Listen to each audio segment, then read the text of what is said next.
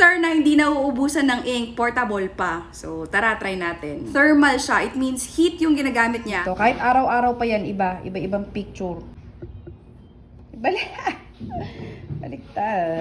Yan, ayan na siya nung nakabit ko, o diba? So, palitan naman natin ngayon yung paper kasi yung original na nakalagay is na parang yung pang resibo na type, na pang thermal talaga.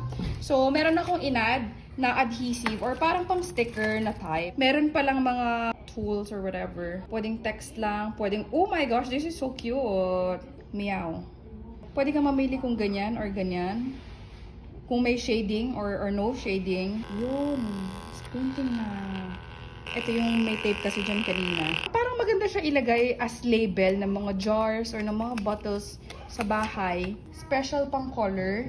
Specifically for this type of paper. So, yun. Ganun.